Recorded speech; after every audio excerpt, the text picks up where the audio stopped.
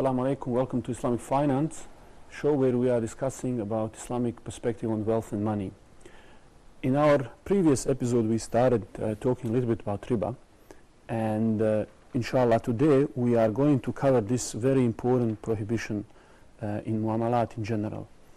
Have you ever thought about riba before? Have you ever thought about why it is such a big thing? Like, have you ever tried to understand maybe, when you talk about riba, why it is that this sort of sin, when you mismanage money, is equal to the war with Allah?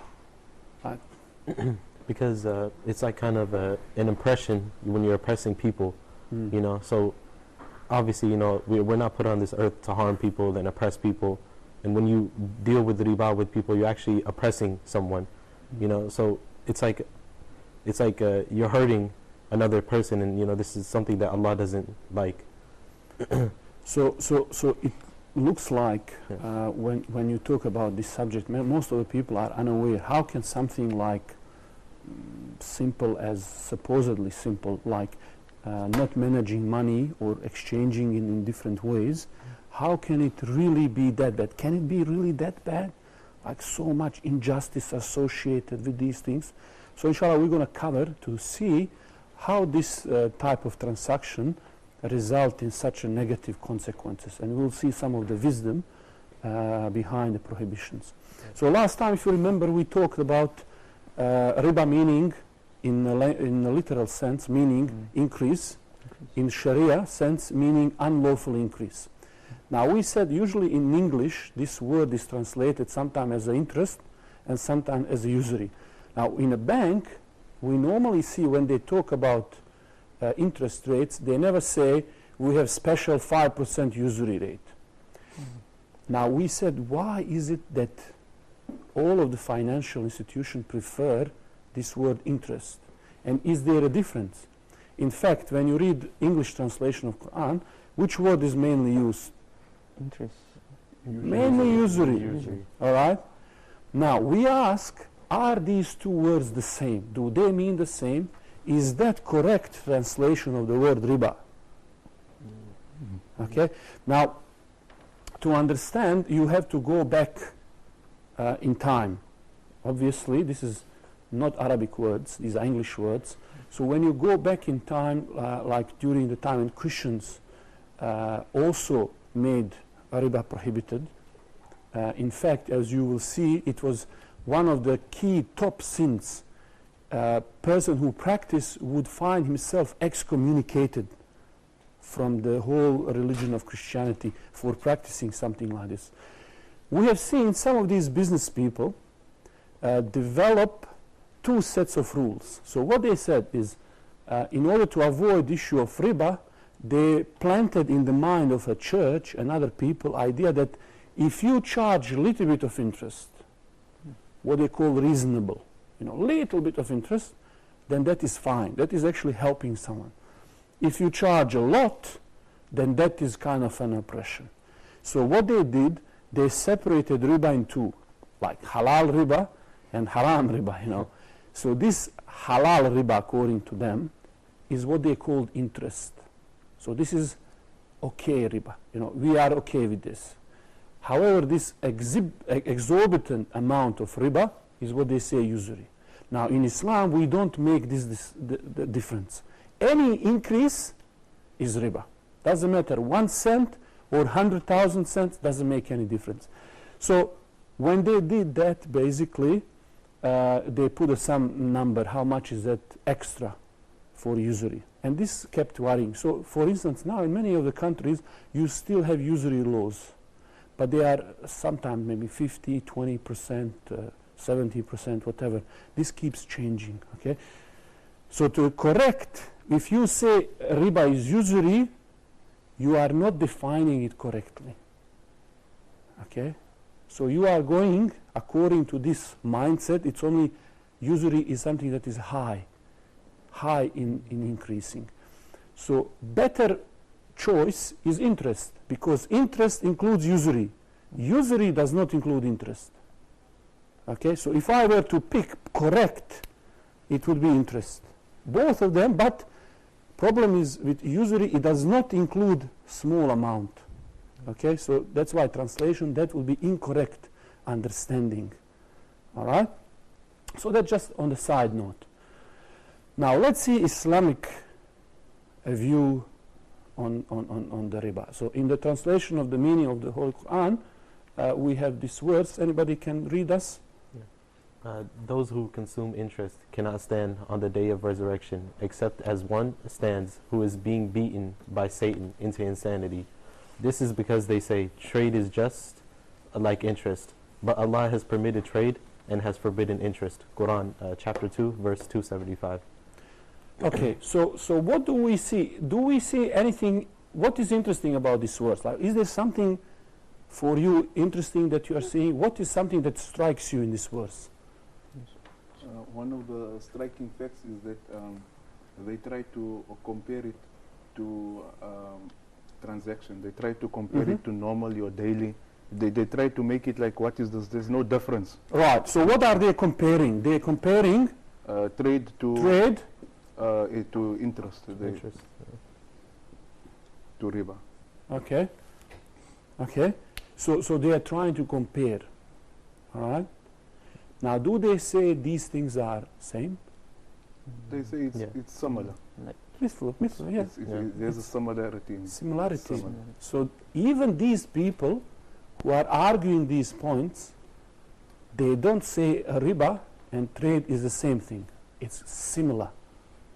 Okay. So if you read Ibn Kathir's explanation of this verse, what he's talking is that these people are rebelling against the order for the prohibition of interest. So they are trying to rebel, and they are making this so-called logical argument.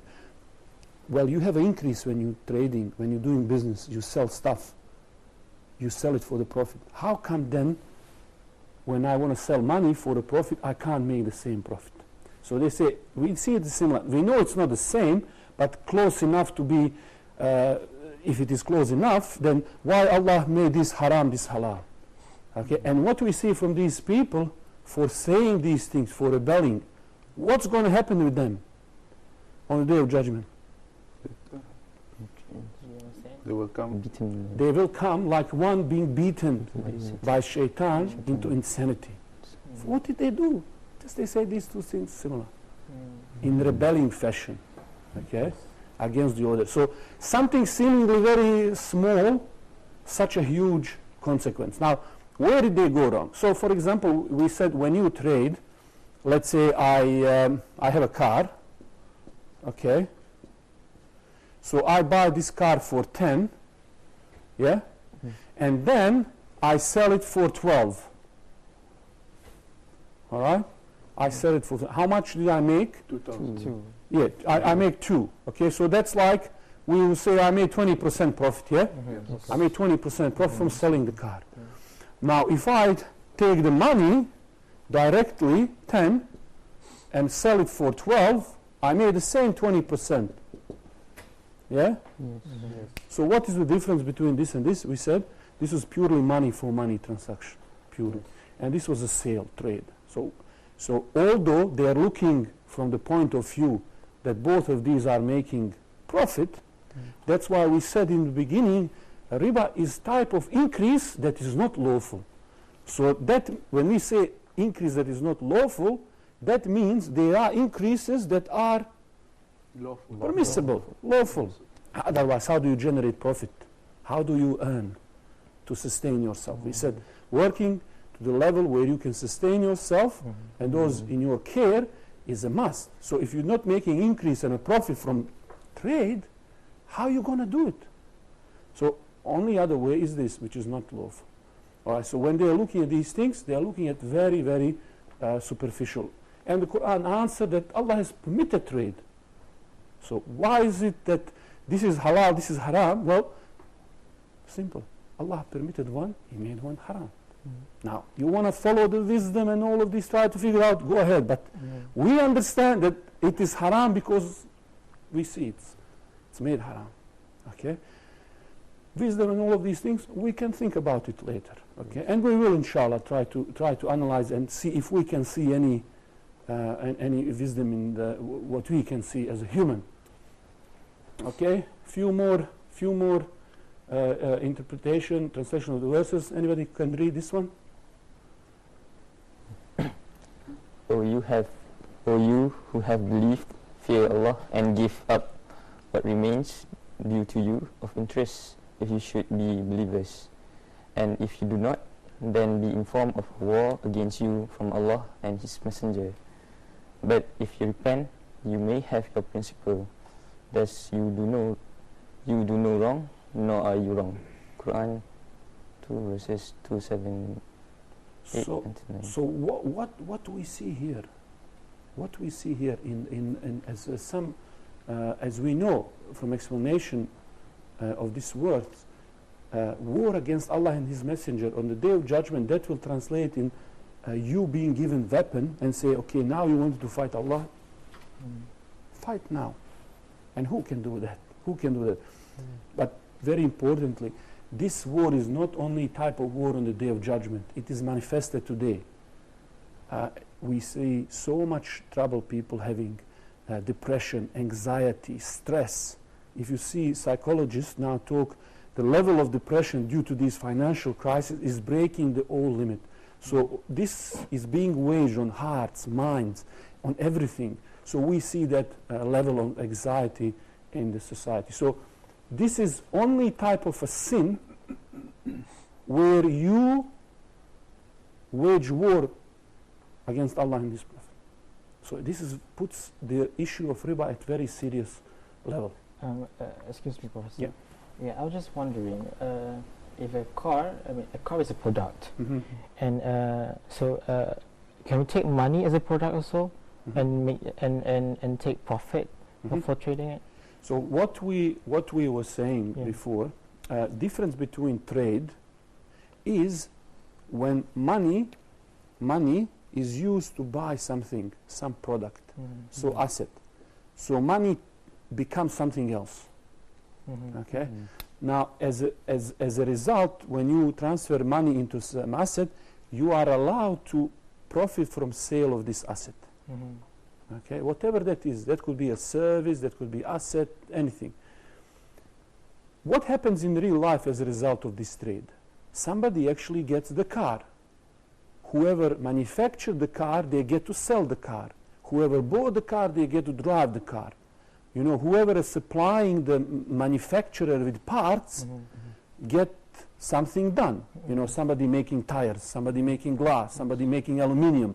There is a mine that brings metal. There is a plastic guy who brings plastic parts. There is a rubber. There is a petrol involved. How many things happened in real life as a result of this? So many thousands of people, factories, suppliers do get reward in this. Now, what they're working for. So there is a real economic activity as a result. Now, what happens here with all of those people when I do this?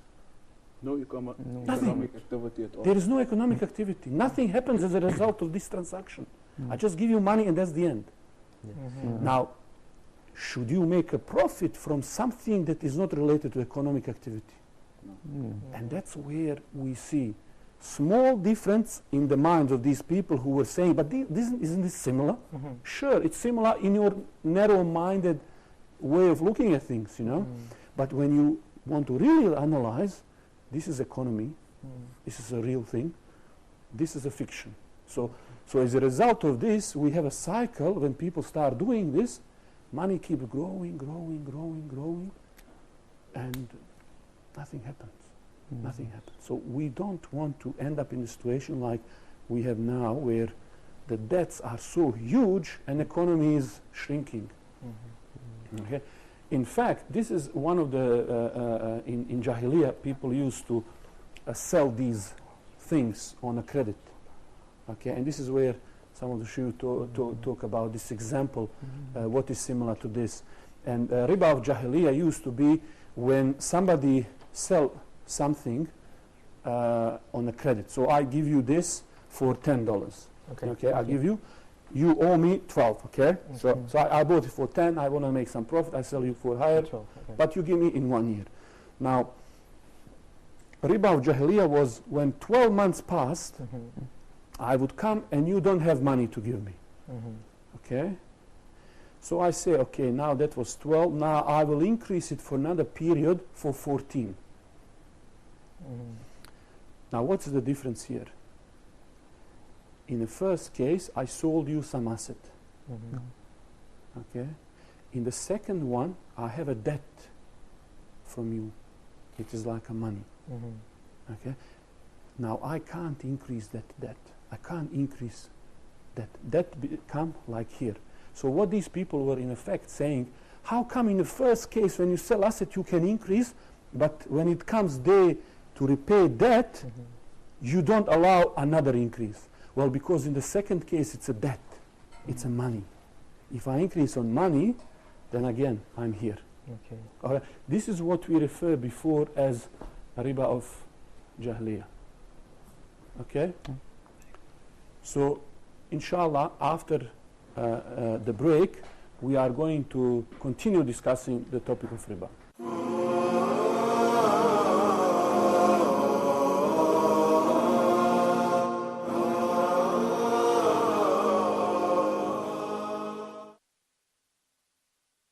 Allah mentions Arabic words in Quran 11 times. This might be a sign for us to know the importance of studying Quran and studying Arabic language, because it's the door to know more about Quran.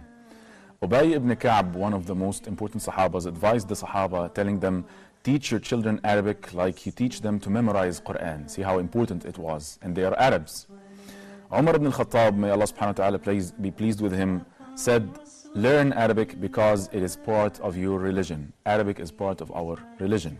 So how are we going to study Arabic and learn Arabic together in this course? This basic Arabic course contains 7 levels, starting with the 0 level, the ground level. Each level contains 13 sessions, 45 minutes each, and we have 2 quizzes in each course, and we have the final exam. So inshallah, by this, our objectives is to have a very good domain of the Arabic language, especially when it comes to reading Islamic books. So we're going to be introducing Islamic vocab throughout the course. So go ahead, please, and enroll in our basic Arabic course, as Arabic is the official language of more than 20 countries, and Arabic is the key and the door of all Islamic sciences. So please do enter this door from the correct way, Arabic language. Huda Academy, your gateway to authentic Islamic knowledge.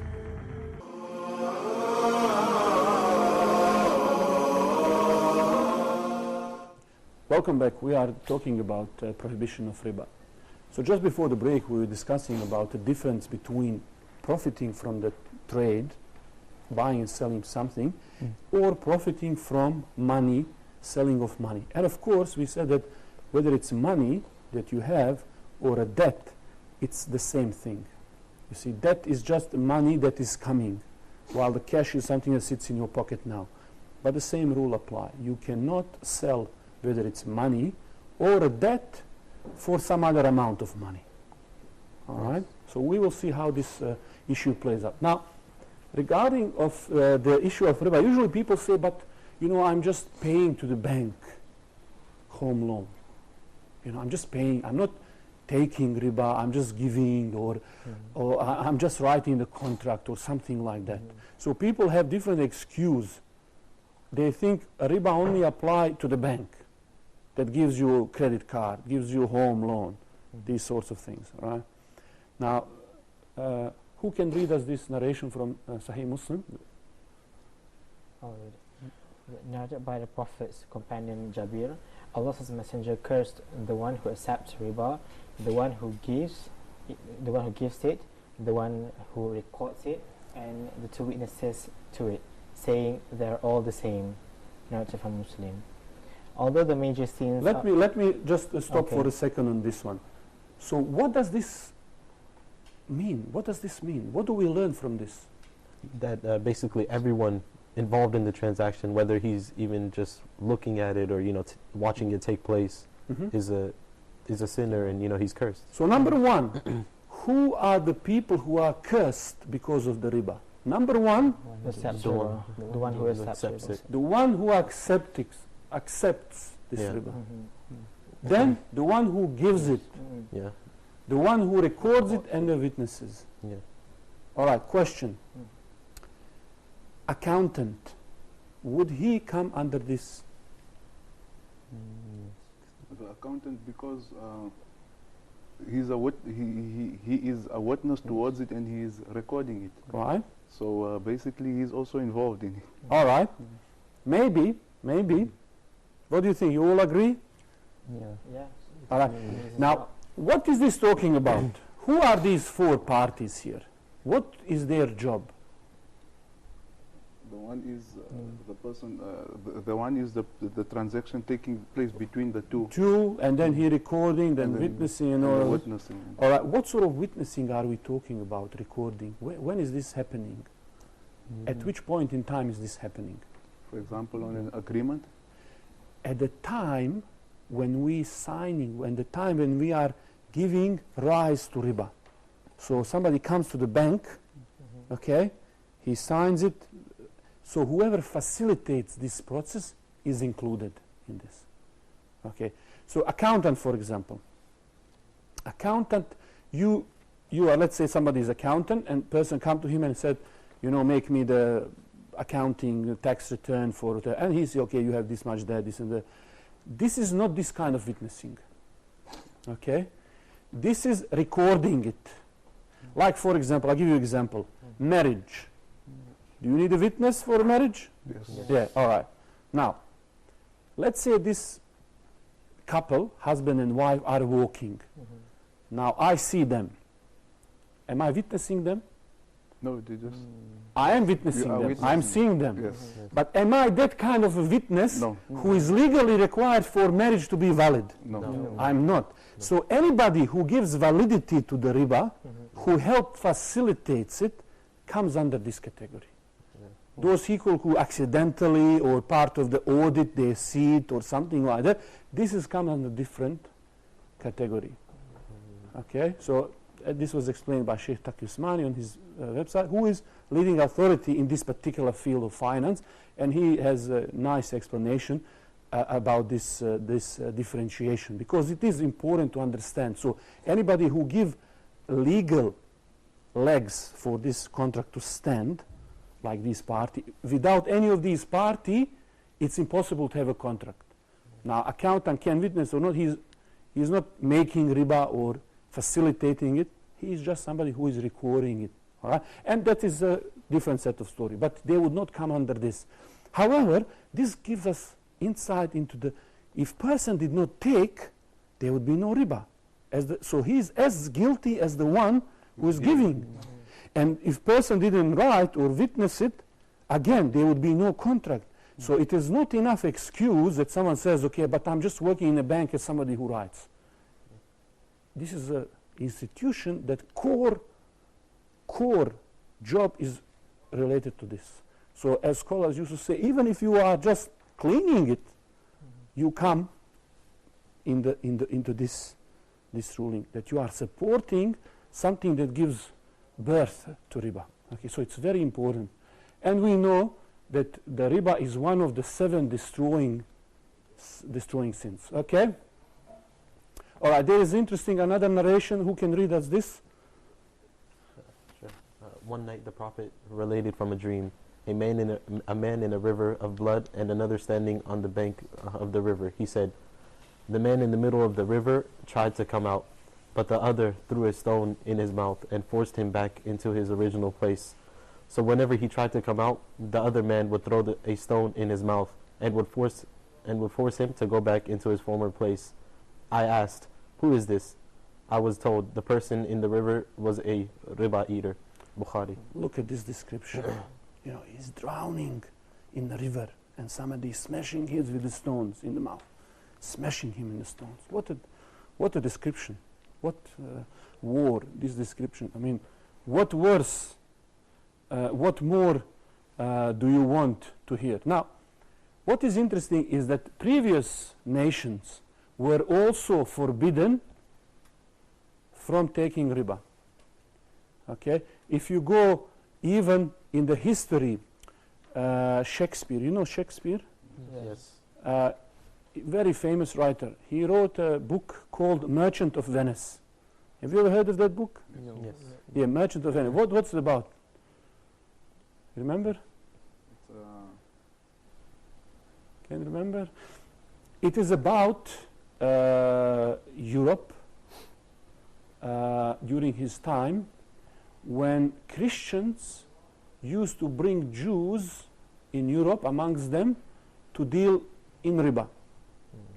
That time, Christians were prohibited, church prohibited interest. However, what they used to do to avoid is they would bring these Jews who, according to their interpretation, they couldn't do riba between themselves, but Jew to the Christian could do riba. Okay, so they would bring this person, Shylock, who would give interest to these Christians. Now, this Christian society used to hate these people, not because they are Jews or, as some people claim, anti-Semitic, but because of these action of money lending.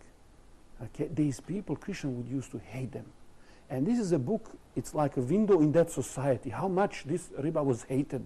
And these bankers of the time were hated. However, there were some necessities and things that were happening in the background where they would make a use of these things. So he's writing a book about this money lender who, if you cannot repay riba, he would take pound of your flesh.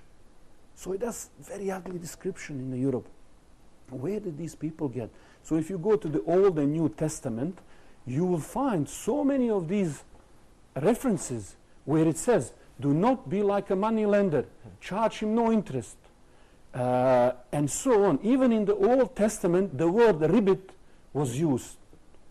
I mean, how much more clear you want to get? The word ribit. It is obviously what we are talking about. And in Europe, in the 12th century, Pope Alexander III used to excommunicate usurers. You know, excommunicate, takfir. Allah, no more, finish, you are no more. That's it, you are into usury, you are done. And in 1317, the Council of Vienna also excommunicated these people. So what happened? How did we end up, Europe, all of these Western nations, that they're so free with riba? Well, how did they do it? Remember what we said, they separated usury from interest. Halal and haram. So they made themselves permissible something. Okay? Look at this particular statement in the Bible, Matthew 12:13. Who can read us this? Yep. And Jesus went into the temple of God and cast out all them that sold and bought in the temple, and overthrew the tables of the money changers. Just look at that statement. Just stop there for a second. He overthrew the tables. So Jesus, peace be upon him, is going into the mosque, or what they call temple, and he's looking what's happening with these people. What are these people doing? And he taking tables, he kicking them out. Get lost. As some would say, he's enforcing Sharia. Isn't he supposed to be loving, nice, and peace and everything? But we see here, he's taking this stand against these people, which some would think, what is going on? Is this really, like, are you playing some games? What's going on? And if you go to see what happened here, you find that these people used to come from Europe and other places to make pilgrimage, like Hajj. And their coins were silver shekel coins, you know. So at that time, pagan Europe and all of these other places, they would have these symbols of pagan gods and things like that. So these Muslims, of course, they're Muslims, when they come to pay tax, they didn't want to pay tax using pagan money. So they come to these people and say, can you just swap my silver for your silver? All right, silver for silver. So these people knew that they have upper hand now. Okay, you need me. So they started charging a lot more for changing silver for silver. And this is what you will see later. We will discuss this riba al-fadl, unequal amounts and so on.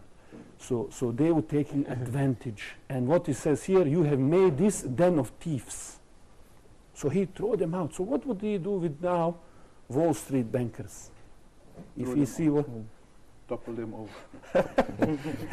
You know, many people think capitalism, Christianity, it's like, you know, because this is a media kind of project, or like if Jesus here, he would, you know, like embrace capitalism or something. So this is completely false understanding. This he would refuse, as some of the even Christians say, he would refuse to be part of a system, and we see here why. Okay, so that is very interesting. Now we see, even with all the attacks from Vatican and challenges that we see all the time and things, during the financial crisis, their official newspaper was quoted as saying, statement from Vatican, that says these ethical principles on which Islamic finance is based may bring bank closer to their clients and to the true spirit which should mark every financial transactions. Okay, so if this is true, why you are not doing it yourself? You know, you have a huge bank, everybody else there. How come only we are fighting this evil in society? You know, I was once having the lecture at university, one of the universities, and while I was waiting there, we had one night had to sleep in apartments. So I was sharing room with very, very old Christian professor. Actually, he started one of the university in 70s. So imagine how old is he? And while we sit together, he asked me, what you do? And I say, I teach Islamic finance. And he says, oh, really? He says, I'm working now on Christian economic book. I say, wow, let's sit. Let's make a tea and talk. You know, I'm you know, never seen a Christian who is really like trying something. And I said, we started discussing, and what was clear to me is that they surrendered themselves to the economists. They can't seem to make an argument because they don't know even how to explain this particular words. What is the problem with this? What is this? You know, they know usury, they're mixing it up, and you know, there are some verses, for example, I was recently reading from the Bible, somebody sent me the link, and you compare one verse in 16 different versions of the Bible. And it says, do not charge him interest on money and interest on food. For example, they don't know what it means. They can't explain it.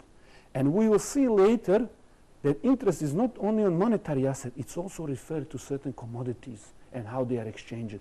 So we are very, very fortunate, blessed, that Allah gave us the rules that are very deep. We can clearly have types of riba, where they relate.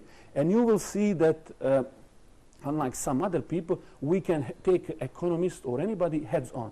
We can take them directly on a challenge and discuss these things with full confidence in what we are talking about. Okay, so inshallah, after the break, we are going to continue this interesting discussion about riba.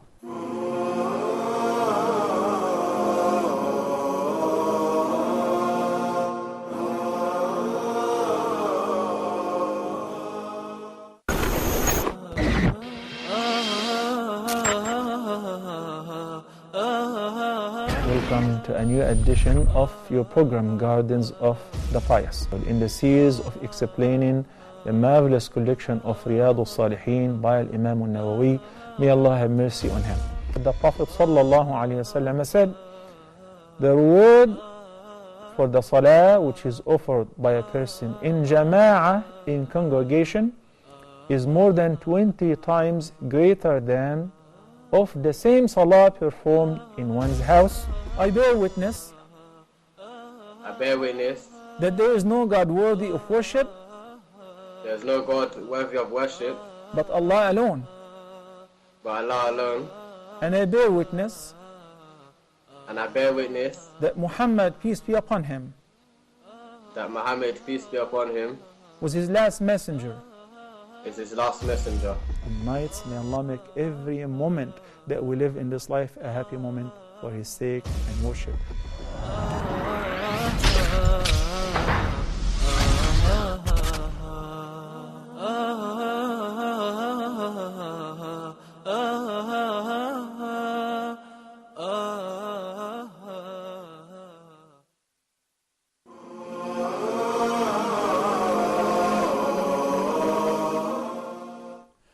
Welcome back. We are talking about riba and historical prohibition of this very evil evil practice. Now, just before the break, we were discussing how previous nations were also prohibited from practicing riba. In fact, if you go throughout the history, even those philosophers who were just relying on their own reason, like for example Aristotle, used to say that this is the type of earning that is the worst type of earning. However, we have, unfortunately, amongst us Muslims, after all of this history and everything, some of these philosophers who try to do what Christians did with their riba, and that is to make it halal by separating it, arguing, you know, if it is for this, if it is commercial loan, then it is fine, it is not oppression. If it is for this, then it is. I mean, all of these logic, all of these use to go against clear prohibition.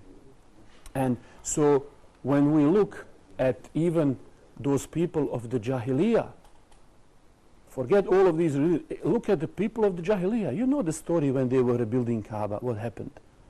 You remember? You remember that one of the sides was lower. They did not have money to finish and build Kaaba properly. Why is that? Because it was used in all halal, they were using all money which was cleansed, purified money. So imagine, these people knew that we can't use riba money and haram money to build this holy place. So they knew what is riba, what is not, what is halal. Yet today we have some Muslims who are worse than these people. Yet we call these people people of Jahiliyyah. And these are thinkers, or what they call them, think tank philosophers and whatever. So this is amazing. This is amazing. This just shows how low we sink in our understanding, you know, of reality. So, all right. So let's look at a couple of some of the wisdom that scholars, when they analyze reasons, see behind the prohibition of the riba. So some of the wisdom. So number one, it goes against mutual cooperation, generosity and spirit of partnership. If you go to any culture, recently I was listening very interesting discussion about Venice, you know, and it was talking about from Venice to Spain to all of these countries in the past, when they were having trade and participation and sharing of wealth with the people who could do trade. So they were mixing people, and the wealthy would give them money to do the trade, and it was a partnership. And the Venice and all of these cities were growing exponentially. I say, even when I look at these, this is what we call musharaka, you know. I say, they have a name, you know. I said, subhanAllah, look, entire civilization transformed because those people with money were giving that money to those entrepreneurs who were doing the trade. And you see the name, unknown people surface becoming part of the wealthy elite, you know, and so on, until the time when they say, we don't want this anymore. We're going to now just give money as a loans. They stopped that progress of the society. They wanted to limit how many people come into the elite. Became like a club. And what they wanted to do is extract work and everything from people, but not sharing fully rewards. Because when you're a partner, I will work more if I have more incentive to get reward, yes? So my talent, my energy, my everything will come into fruit more. So this is what we see sometimes even today, venture capitalism, okay, or these seed investment, angel investment, what they call. Most of these, let's look at the tech companies.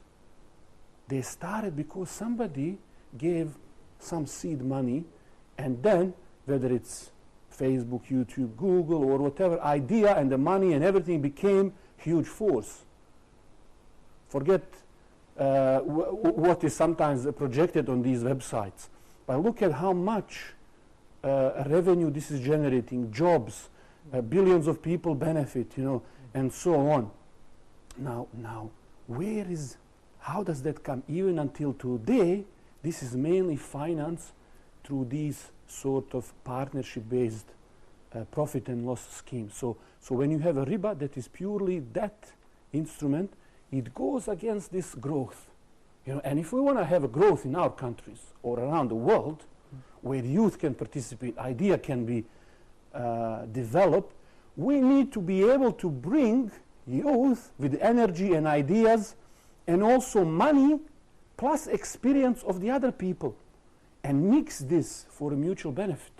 So some of these people who are maybe rich, they have maybe some wisdom, they can share it and use the energy and ideas of youth. Okay? Example, recently I was looking at some example. Most of you know YouTube. Yes. Yep. Okay? Now, we know there is heaps of rubbish on YouTube. Forget it for a side. Just look at it from a business, how this thing happens. You know that who bought YouTube? Remember? Google. Google. How much they paid? Billions. Yeah, about between 1 and 2 billion. I can't remember now. Maybe 1.5.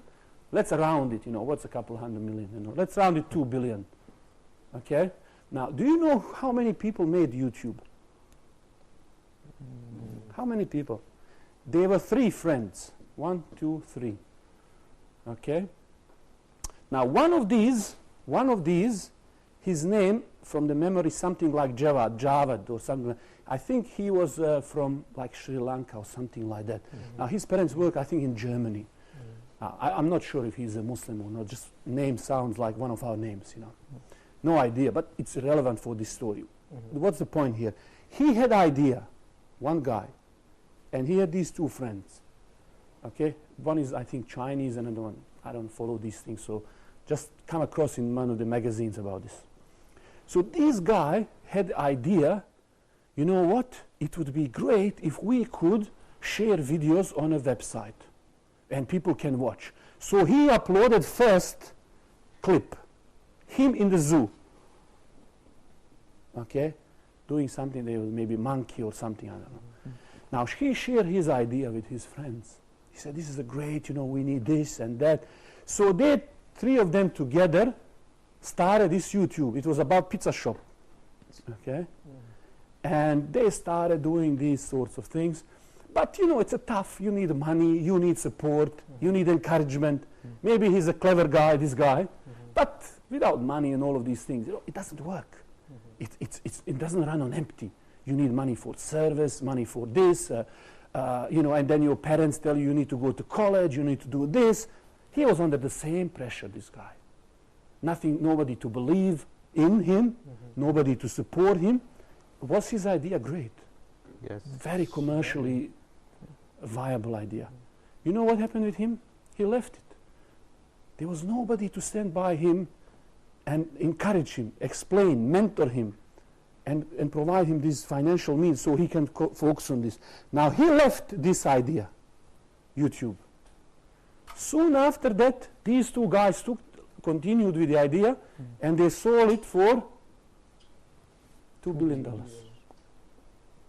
Okay? Now, what did they do? They say, well, you did something.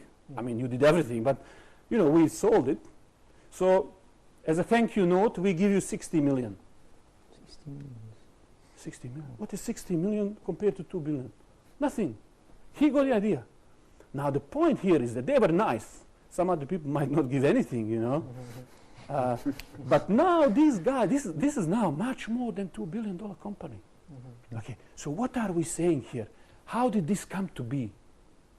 Through investment capital, through somebody giving money, somebody mixing idea. Now, unfortunate story is this guy dropped out because not having access to all of these things. He is the one guy who missed big time. Okay, now we said, in the Muslim world, what did we say? How many Muslims are youth? What did we say? We said between 15 and 29 years, we have 500 million Muslims. How many are like this guy? How many in this 500 million are like this guy? With the idea, with brilliance, intelligence, but nobody to trust, to believe, to support, to do anything for him. 500 millions. 500 millions youth. Now, if you support somebody like this, who you support? You support millions of others, because he will This is what they call definition of clever, is he provides disproportionate amount of value. You know, as a person, there is amount of value you should normally provide. But clever people provide so much value, it's beyond, it's disproportionate. So these people are what we call talented people. Now connect them with the money, and we have money, we have resources. Now we need to find these people, connect them, and employ. They will solve your crisis, they will create manufacturing, they will create service, all of these sectors. And so many cases like this, and so many youth like this. Now this will not work if we have a riba, because there is no incentive, there is nothing. Only work with real partnership, connecting idea and capital and so on. So this is what we're saying. Riba goes against this spirit of generosity, cooperation and partnership. And it leads to acquisition of property by wrongful means. And it can lead to harm to the needy. Okay, and as a Sharia, we said it wants to remove any possibility for injustice. Now, if the capital owner can earn money by just giving money and being able to demand profit regardless of what's happened to you, do you think capital owner will be more likely to invest in ventures like this? Or what is secured, put it in a bank? Secure. Why would I bother with these things? Because there's no benefit for him. I don't want to risk anything. So we become people then who are scared of any risk. Of course, any businessman knows, I invest 10 people like this, one maybe, but that one, huge, big time. We're not talking about huge amount. You see, when Facebook was sold, you know, it was valued at $100 billion. $100 billion recently in NASDAQ. Now the shares went a little bit down and speculations and all of these things, and you know, but we're talking about billions of dollars. All right? How much it took them to build it? What is it? It's a website connecting billions of people. All right? So this is the stuff we are talking about. This is that entrepreneurship. This is what we want to see. How else these people going to integrate? We have to create stuff. We have to create part of economy that were not there before. Look at Apple, for example. If they didn't invent iPhone, iPad, Mac, I mean, 80% of the revenue that they drive, that they make, is from the products that were developed 5 years ago. And we still live in history, in the past. We have to be now. What you going to do now? What you're going to make now that will generate jobs, raise unemployment, have sense of confidence. Because you know what's happened with the people who win, who are able to win and do all of these things. They interestingly become very generous. You know, unlike those people who are not able to win, they don't have this opportunity. They become people who are blaming each other. You know, always somebody else's responsibility. They don't want to take ownership of any problem. They make excuses. So these people then, by taking on a risk, they develop certain resilience. So even if I fail in some ventures, I get up, take a new one. And this is what this sharing, risk sharing, teach you. And because now we are so risk averse, majority of the businesses fail because we didn't get used to managing these things and the risk and taking new entrepreneurship ventures and so on. So this is what we see, that we don't want to drive capital owners away from enterprise and real economic activities. We don't want to drive them just because there is easy option out, put it on interest. Because if we do that, who will contribute to the welfare of society? Through commerce, manufacturing, construction and so on. Who will do that? When these people graduate for school and search jobs and everything is full. You know, if we are just having the pie this big and everybody is already eating that pie and there is another hundreds of millions of people coming, what's going to happen? It's going to be a bloodbath. Bloodbath. You want to expand that, find new opportunities. You want to grow that. Okay, so this is what we're talking about. So anyway, and lastly, of course, if you do trade in riba and buy and sell money, you go against nature of money, which is supposed to be, as we said, medium of exchange. and so on. So you're going against a rational, entire rational for what money is supposed to be doing. All right? Does that make sense? Yeah. One question. Yep. In like in a Islamic finance situation or something, or Islamic banking situation, would they limit a monopoly, like a certain company, running a certain market, maybe 95% of like the market sales and stuff is just with that one company, like a monopoly? Would it stop that, or is that an issue? Well, you're talking about today, if you have Islamic bank, and how Yeah. would that go against this monopoly that you see? And Yeah. that, yeah? Yes. So of course you have to start something. You have to build something. Yeah. And at the end, the commercial reality of your product, it will come through. Look at the many chains. Yesterday we talked about Sheikh Rajihi building the bank, also building some other organic farming. When everybody told him this is not going to happen. You see, how can you have this organic farming and this in the kingdom? It's not going to work in our environment. He says, either you work with me on this or get out. And he made it possible. Look at the chains, supermarket chains. Now we have to build this capacity that we are able to manage our own affairs. We have to build the skills. The worst thing, you study medicine, yes? Atrophy, what's atrophy? Atrophy is Loss of function. Loss of function. Yeah. What does that mean? How do you come in this state? Your muscle basically lose the function of the muscle. Maybe you're not using that muscle, or I don't know how it comes, maybe in coma or for years. Anyway, the muscle lose its own function from not working, doing, or maybe something else. All right? But atrophy means you don't have any more ability to do something. Now, same can happen with your willpower, your decision making, your drive. If you don't exercise the skills, you can have atrophy or loss of skills. And this is definitely what we don't want to see. So inshallah, in the next episode, we are continuing this interesting discussion. I hope you will join me. Assalamu alaikum.